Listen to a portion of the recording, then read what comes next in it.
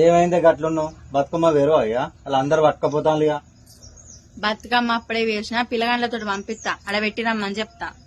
3 సంవత్సరాలు అయితే నువ్వు ఆడక ఎప్పుడు ఆడతావు ఇక? ఏం చేయాలి? నాకు నేనే ఆడుకుంటలేనా ఏంది? బతుకమ్మ కాడికి పోయి ఆడుకుందామని పోయేసరికి అడ్డమైన బాక్సులు పెడతారు, అడ్డదిడ్డమైన పాటలు పెడతారు. ఒక్కలన్న రామరామ అని రాగంది తెలియరు. కనీసం పాట పాడేటోళ్ళని కూడా అడికెలిగేది బట్టే. అవ్వలారా మాకు ఆడుకో బుద్ధి అవుతుంది, 4 సుట్లు తిరిగిపోతామంటే మొఖాలు మూతులు అన్నిట్లో దింపబట్రి.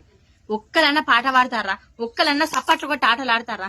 కోలలు పట్టుకొని ఎగురుడు, ఇంటికలు ఇరవోసుకొని ఎగురుడు. ఏంటిది? మన బతుకమ్మను మనమే భ్రష్టు పట్టించుకుంటానం తప్ప ఇంకోట్లేదు. నా లెక్క బాధపడేటోళ్ళు మస్తు మంది ఉన్నారు. పాటలచ్చి పాడలేక, ఆడుకోబుద్దయి ఆడుకోలేక నడింట్లో వాడి సత్తాను. మీరు చేయబట్టి జరా ఇగనన్నా బతుకమ్మ లెక్కన ఆడురి, బతుకమ్మని బతకనీరి. మీకు దండం పెడతా, జర బాక్సులు బంద్ చేసి రామరామ అని రాగంది ఇయ్యిర్రి.